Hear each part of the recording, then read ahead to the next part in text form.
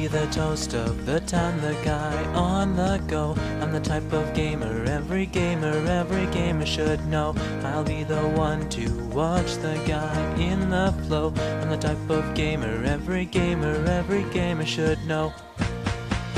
Well, it's been quite the little journey with the That Guy with the Glasses series. We've covered quite a few of the big timers, the showstoppers on the website, the Nostalgia Critic, Spoony One, Linkara, Pissed Jose. And soon here, we're going to be approaching the end of the series. We're getting into the final stretch, and there's a real differentiation between the beginning episodes and what we're going to be getting into.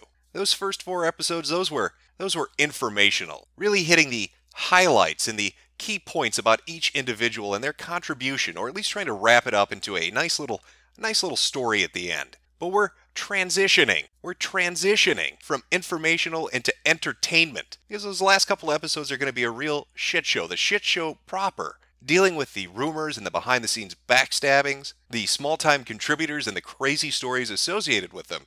And so I thought it would be nice to transition us into that with a nice little primer on the guy on the outside looking in. I'm talking about the fandom of That Guy with the Glasses. You know, fandoms, they run the spectrum. The autism spectrum, because some of these motherfuckers are playing with trains. But there are all sorts of people of varying degrees of interest within this subject. Now, fans, they will love a show. They'll give it accolades. They will support it, subscribe it, like it, favorite it, give it money, buy the merchandise. They will move those fucking movies for you. But there are differing types of fans. Besides the basic core group that most people would encounter for a particular content creator or a website that exists out there on the internet. For example, maybe you could say there's an individual who's upset with digital entertainment, and one day he's browsing YouTube and he notices this untalented fat fuck is aping his bit. Look at that 240p quality ripoff. He's stealing it. He's not even original about it. He knows who you are. And he's taking your format and copying it to a T. He's written you before, and he's just outright stealing the shit that you do. Well, that's a fan. That's somebody that's emulating you and competing with you. Sure, he's fucking awful at it. Nothing he says is funny. His videos are awful. Fucking garbage fire awful. But there he is nonetheless. Or maybe you find out that one day, just like that 240p untalented motherfucker, there's another guy out there. Again, aping your bit. But of course, as time goes on, you find out not only does he think Barbie's a shitty game, he's had to flee the fucking country. And he's filming videos of himself in Mexico playing with toy dinosaurs because there's a court order out for him as he tries to escape the law because he's been harassing his ex-girlfriend. Life comes at you fast. That's all I'm saying. Now, That Guy with the Glasses doesn't have anybody that had to flee the country, at least as far as I'm aware of. But it's got its host of fans who really either want to be a part of it, who want to emulate it, or even criticize it, because at some point along the way they liked what That Guy with the Glasses did. And so I thought it'd be interesting to highlight a few examples of that for you, before we move into the real good shit. Now, Rowan, it's like you have to be a mentally handicapped Mexican to say this right. You gotta roll those R's. Roran, better known as Latza. Now, Latza was a huge fan of That Guy with the Glasses. You can look at his YouTube channel and you can instantly see what the inspiration for it was, as evidenced by the content that he put out, the Gamer's Atlas, where he would review board games, dressed up as a character called the Cartographer, because you get it, it's the Gamer's Atlas and he's a cartographer who dresses like George Washington for some fucking reason. I'm not really sure how that relates. Maybe he's a time-traveling cartographer. He likes to get there first to map it out for you. He's the wayfinder of internet content. Now, taking a look at the quality content that Latza creates gives you a very good idea of just how much he really respected and liked the Nostalgia Critic, going so far as to audition for the website. Becoming as popular can be. Making my mark in high society. I'm the beau of the ball, the star of the show. Yeah, I'm the type of gamer every gamer should know. Sadly, that did not work out too well for him. I mean, he had the formula down. Shitty, unfunny skits with tons and tons of side characters, all acted and portrayed by Latza himself. You think that Doug Walker would have looked at this and said, holy shit, I have a long-lost twin brother I didn't know about. But that didn't stop our little Latza. Now, He doesn't give up. He's into deep plots, and he really knows how to write his way into something. Not getting the audition spot that he was looking for, he came up with a brilliant idea. If you're not going to hire me, I'm going to fucking hire you. And so he went about creating an Indiegogo account. My Date with a Secret Agent, an action comedy musical featuring inspired by VGHS and Dr. Horrible, featuring Doug Walker and Malcolm Ray from That Guy with the Glasses. Well, holy shit! He got him! They wouldn't let him set foot on their website, but he found a way to get them to work with him. And he only needs $700,000 to fucking do it! Of course, sadly, he only reached 521. I don't know why. Just look at this pitch video. But what will you get if you back this campaign? Well, I'm glad that you asked. Here's Malcolm to explain. For $200, your actor of choice will record a brief message or character voice. Or maybe a song is more what you need. Nick and Cody will do it. They're up for the deed. And if you don't want that, or if gaming's more of your thing, Paul will buy you a game of your choice. Anything. So that's my campaign. Thanks for pledging today. But if you can't do that, help us in another way. Please share this campaign everywhere you see fit, on Facebook and Twitter, or even Reddit. Help us reach our goal. We're well on our way. So thank you again, and have a nice day. I just don't know how people could pass up on this. Did you understand that this man was going to have Q himself in the production? Just listen to this ringing endorsement from John Delancey himself. His agent said, he might be interested. Please write back when you're further along in the process. Fucking sold. Where do I donate to this? How could this not have achieved its budget, its modest budget of $700,000 by an unknown man who makes content on the internet? But apparently people just couldn't appreciate Rararan Productions. That's not to say he was completely alone. I mean, sure, his channel did open in 2010 and he only really has 1,300 subscribers and barely 500,000 views. But he's got a dedicated, loyal fan base that's looking out for Lotsa. Just look at the nonstop chatter on his discussion page. Rarity spread her legs wide as Roran prepared his high-class cock for penetration of her pony vag, eager to feel Roronan's spawn swimming inside of her. Did I mention Lotsa's a brony? Maybe I should have mentioned that. Lotsa's a brony. My favorite is Fluttershy because she's so adorable and I see myself in her a lot. Now, Paul is what you'd call a super fan. He really loved the website. He wanted to be a part of it. He couldn't get in there with that audition tape. He couldn't get in there mimicking what he saw them doing. He couldn't even get in there by trying to create a high-budget movie and hiring them to work for him. But hey, at the end of the day, it's their loss. It's a loss for That Guy with the Glasses because how many talented writers out there create a storyline about a superhero with electric nipples? In the daytime, he's mild-mannered Let's Player Corey Barton, but at night, he becomes Lotsa Day Electric Nips, serving a hot slice of justice to all the evildoers out there. Deep plots. But alas, it was just not enough to capture the attention of the people that he loved the most, and thus scorned, he fled into the arms of another lover, Red Letter Media. Imagine Lotsa's surprise when an email arrived from Jay and Mike at Red Letter Media saying, "We love electric nips, Lotsa. You need to come out here immediately. Send us a demo tape, audition for us, and then drive across the country and have a meeting with us. We're super fucking serious." Now, Lotsa had recently said in an interview he gave that he didn't actually drive out there, that he only lied about that for whatever reason. He was just playing pretend. Haha, gotcha. I tricked you into thinking I was retarded. I didn't actually make it all the way out to Milwaukee. Yeah, I just wanted to say I did, and that was really bad in hindsight because that looked really bad on me.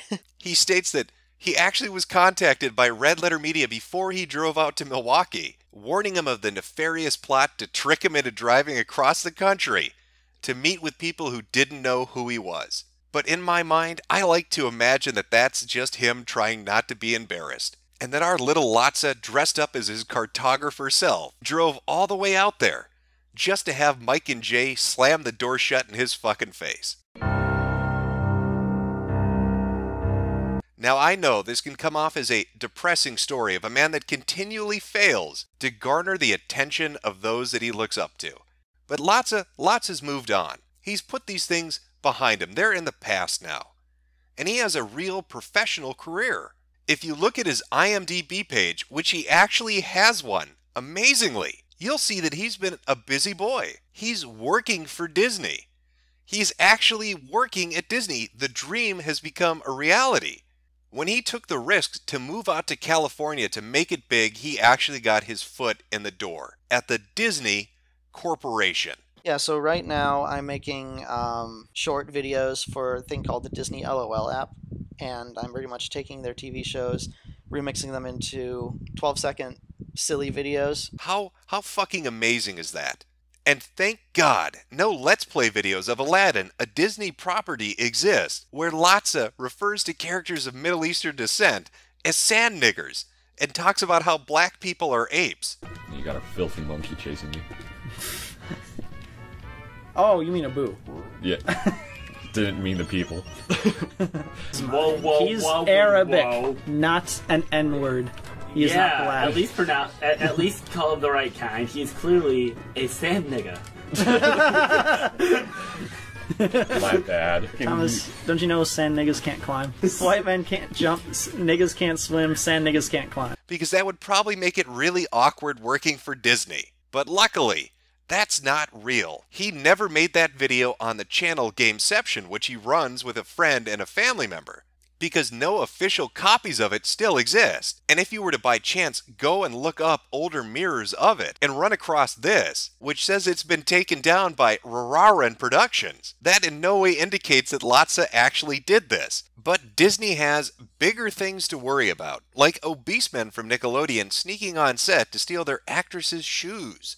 Now, Lotsa is what you would describe as a super fan, but there were other variations of the fandom that branched out to do their own thing, whether that was emulate it or critique it. Now, as far as emulation goes, there's a now defunct website, Reviewtopia, which was a carbon copy ripoff of That Guy with the Glasses. Strangely enough, they actually had people jump back and forth between That Guy with the Glasses and Reviewtopia to put their video content on both sites. Now, I would love to show you some of the amazing content I'm sure Reviewtopia put out on the daily. I'm not going to be able to, because it doesn't exist anymore. And why is that? You know, just a little event that happened back in 2013, when about 2/3 of the site's contributors left following a controversial incident during a live stream of Sinner Radio episode at MagFest. There was a combination of nudity and several lewd and exploitive comments made by Enigma, who was operating the site's Twitter at the time, which were later deleted. The result was a mass exodus of members, Enigma's firing, and a temporary suspension of live streaming. Well, that sounds like one hell of a fucking party. And with Enigma and 2/3 of the goddamn website leaving, not much was left of Reviewtopia. In fact, it really doesn't exist in any form now. You're lucky to find even a few videos mentioning it in its brief history on the internet. One of those would be A. Salieri's video. I'll leave a link in the description below if you want to go watch it. But if you want to save yourself some trouble, take the color scheme of That Guy with the Glasses and change it from orange and red to blue and white, and then lessen the appeal of absolutely everybody contributing on the website, and you have Reviewtopia in a nutshell. As far as critiquing goes, there was a little website, Crowded Sidewalks? No, that's not it. The Busy Street, a blogging site ran by a Robin fanboy that really loved to shit all over That Guy with the Glasses. But I can assure you, Jordan was a fan at one point. He just sort of flipped around a little bit. Went from loving them to fucking hating them, and then talking about it incessantly every single fucking day. Hello, I'm the Internet Critic. I watch it so you don't have to. Hey, do you like reviewers on the internet? I don't. And just like with Reviewtopia, the Busy Street doesn't exist anymore. You can find some archives of it, some of the articles that exist out there like this, but aside from that, not much. The older contributing members, the staff of the website, have dispersed to run bingo shows that nobody watches. And I know, by the way, Jordan, that's why you deleted all fucking 30 of those 3-hour-plus long bingo live streams where you would read numbers to nobody watching. 0 views. I suppose in some weird way, the fandom is a reflection of the website. You have people that are trying to fit in, who maybe don't fit in and fall off, like a Lotsa. People that are just stealing or aping a style, and you can see that play itself out a lot with that guy with the glasses. The small-time reviewers that came in, which were basically just cookie-cutter molds of content that was already on the website, or even those who became ex-members, who critique it out of perhaps bitterness or jealousy or just a legitimate hatred for the policies of the site and what it's become. So I hope you've enjoyed this brief look at the That Guy with the Glasses fandom. I just wanted to highlight a few different cases, mainly a lot of Lotsa, because who doesn't love electric nipples? I sure do. Fucking love them. Now, just as fair warning, as we move into the final 2 episodes, there's going to be a tonal shift, a very noticeable tonal shift. I held back a lot with the first 4 videos. I tried to be very neutral, tried to be very almost bland in the presentation of information and citing the facts. But going forward, it's pure entertainment. We are talking about rumors and fucked up shit galore. So if that's not your thing, if you like the informational stuff, just cut it off at episode 4 and walk away. Because 6 and 7, the final 2 that are coming up, are going to be night and day different than the first 4 that you watched. So that's the fair warning. You've been given advanced notice. If that's not your style, just skip it. The series can end right here for you. You could just walk away. Well, that is the end of the video.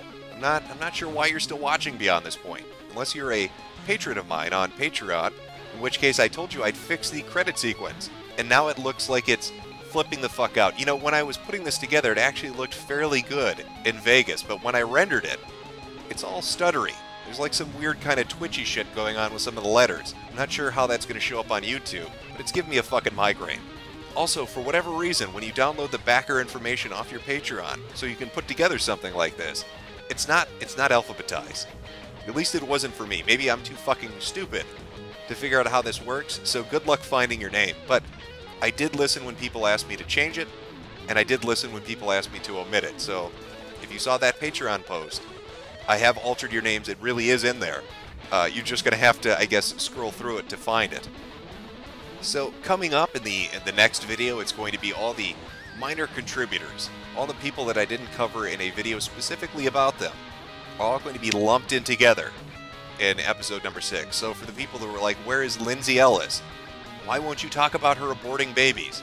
Or all the other crazy shit that she's been involved in? It's going to be in episode 6. I will cover the documentary. I will cover all the stuff related to Ellis, her rape rap video, all of that stuff will be in episode 6. Along with pretty much the usual suspects when you think of That Guy with the Glasses and drama related to it, or outrageous shit that's happened, it will be in episode 6. I will put those minor contributing individuals in there if there's something interesting related to them. And probably some people too that don't really get talked about a lot. Like obese people that yell at their mothers in the hospital because they didn't get the PS3 they wanted. I can't wait to go over that fucking story because fuck that Nutella-eating piece of shit. And then finally for the very last video is going to be all the wild shit. All the infographs and rumors and stories and conspiracy theories and plots and just off-the-wall bonkers shit. And all the stuff that I omitted from the first 4 videos. All of that's going in to the very last video. So we're going to cover a lot of stuff. If you watched the Nostalgia Critic one, why aren't you talking about Mashad more and the Walker brothers and their money management and how they run the site and their personalities behind the scenes? That will go in episode 7. You know, why didn't you talk about Spoonie and his illnesses or his brother more? Episode 7. Linkara, what about his dating life? Episode 7. What about Angry Joe and all the stuff he's been involved in? Like monetizing a video about some guy killing himself. Again, episode 7. And then more. So it will be touched on. Believe me, I'm not omitting it. It's all going in there. The next 2 episodes will be very different than the first 4 that came out. So with that out of the way, I will let the credits scroll on, let the music play on, and let it end out the video.